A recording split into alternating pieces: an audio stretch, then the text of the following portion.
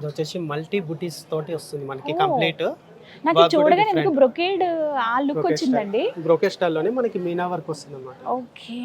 So ఇంకొకటి ఏంటంటే border కూడా మనకి స్కేలప్ బార్డర్ స్టైల్ అనే వర్క్ స్టైల్ వస్తుంది. కొరవై బార్డర్ అంటారు అనమాట మనకి. ఈ వర్క్ కూడా నెమళ్ళండి ఎంత డీటెయిల్ గా తెలుస్తున్నాయో తెలుసా. పింక్ పైన ఈ గోల్డ్ కలర్ ది ఆ వర్క్ చేయడం వల్ల జర్దోజీ వర్క్. జర్దోజీ వర్క్ చాలా బాగుంది. జర్దోజీ వర్క్ ప్లస్ ఇంకొకటి ఏంటంటే మనకి పళ్ళు ఇందాక చూసింది ప్లెయిన్ కదా, సో ఇందులో మనకి పళ్ళులో కూడా వర్క్ ఇచ్చాను అనమాట. ఓకే.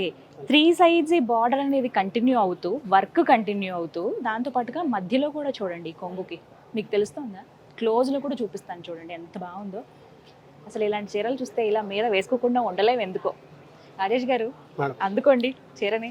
ఎస్, బ్రొకేడ్ అందరూ అనుకుంటారు బ్రొకేడ్ అనగానే మనకు కొంచెం స్టిఫ్నెస్ వస్తుంది అనుకుంటారండి. బట్ ఇది ప్యూర్ పట్టు కదా, అందులో కొంచెం టిష్యూ అన్నీ కలిసాయి కదా, జస్ట్ ఫాలింగ్ మెటీరియల్ అండి. అసలు ఎక్కడ ఇది ఏమైనా స్టిఫ్గా ఉంటుందేమో, పెళ్లి కూతురు అంతసేపు కట్టుకుని కూర్చోవడానికి ఇబ్బంది పడుతుందేమో, పెళ్లి పీటల మీద కూర్చోవాలి కదా అని అసలు ప్రాబ్లమే లేదండి. చాలా కంఫర్టబుల్ అండ్ ఫ్రెండ్లీగా ఉంటాయి, స్కిన్ ఫ్రెండ్లీ. చూడండి ఎంత నీట్గా ఉందో, భలే అనిపిస్తుంది కదా. ఇంకొకటి బ్లౌజ్ కూడా ఇలా వస్తుంది. ఓకే. సో బ్లౌజ్ కూడా మనకి బ్లౌజ్ వావ్. ఓ సేమ్ రిపీట్ అయింది. నెక్ పట్టించేశారు ఇక్కడ. yes madam.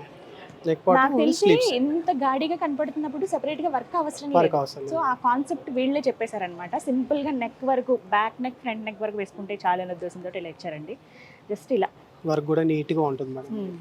ఇది భలే ఉంది కదా. నాకు ఈ కలర్ చాలా నచ్చింది. పింక్ కనపడుతుంది, గోల్డ్ కలర్ కొంచెం మనకి దాన్ని డామినేట్ చేస్తుంది. చాలా బాగుంది. పెళ్లి పీటల మీద పెళ్లి కూతురు ఈ చీర కట్టుకుని కూర్చుంటే నెక్స్ట్ లెవెల్ అంతే.